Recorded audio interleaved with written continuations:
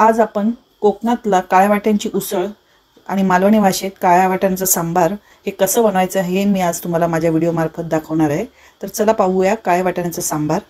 आता हे काळे वाटाणे मी 7-8 तास भिजत ठेवले होते। आता ते भिजून झालेले आहेत। आता मी ते कुकरला लावणार आहे। तर कुकरमध्ये मी ते काळे वाटाणे घालून घेतलेत आणि 1 ग्लास पाणी घातलंय।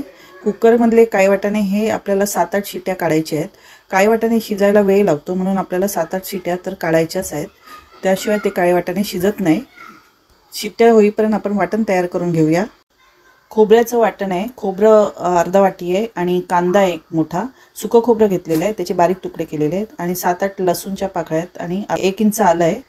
तर आपण ते सगळं भाजून घेऊन मग त्याचं बारीक पेस्ट करून घेणार आहोत। याप्रमाणे आपली पेस्ट तयार झाली आहे। आता आपण काळ्या वाटाण्याच्या सांबारला फोडणी देऊया। तर त्यासाठी मी एक कढई घेतली आहे आणि 2 मोठे चमचे तेल घेतले, त्यात राई टाकले। राई तडतडून निघाल्यानंतर आपल्याला आलं लसूणची पेस्ट 1 चमचा टाकायचा आहे आणि 7-8 कढीपत्त्याची पाने टाकायची आहेत आणि एक बारीक चिरलेला कांदा टाकायचा आहे आणि चांगलं परतून घ्यायचं आहे। लसूण चांगलं भाजून निघाला पाहिजे, तर त्याची टेस्ट चांगली येते। आता आपला कांदा पण मऊ पडला आहे।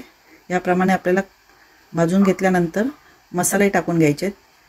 अर्धा टीस्पून हळद टाकली आहे, 1 टीस्पून लाल तिखट, धना जिरा पावडर टाकली आहे आणि गरम मसाला टाकला आहे आणि नंतर मी मालवणी मसालाही टाकला आहे। याप्रमाणे आपण सगळं भाजून घेणार आहोत।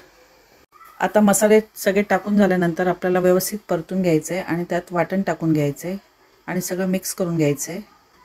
याप्रमाणे आपण मिक्स करून घ्यायचं आहे सगळं। आता आपल्याला लागेल तेवढं पाणी ओतून घ्यायचं आहे त्यात।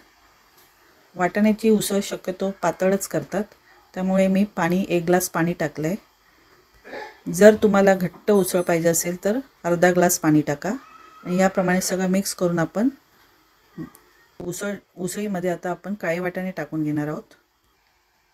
कुकरमध्ये आपले काळे वाटाणे याप्रमाणे शिजले पाहिजे। बघा, याप्रमाणे 7-8 शिट्या काढलेल्या आहेत। आता सगळं मिक्स करून घेऊया आणि स्लो गॅसवरती आपल्याला 15 मिनिटांसाठी ठेवून द्यायचं आहे, म्हणजे त्याला तरी चांगली येईल। आता मध्येच आपण हलवून घेऊया आणि चवीनुसार मीठ आणि कोथिंबीर घालून घेऊया आणि परत आपण 5-10 मिनिटांसाठी ठेवलं आहे। बघा, याप्रमाणे आपले वाटाणे तयार झाले आहेत। स्लो गॅसवरच ठेवायचं आहे, म्हणजे चांगले ते शिजून निघतात। बघा, याप्रमाणे आपली काळ्या वाटाण्याचं सांबार तयार झालेलं आहे। जर तुम्हाला माझी ही रेसिपी आवडली असेल तर प्लीज मला लाईक, शेअर, सबस्क्राईब करा। नमस्कार।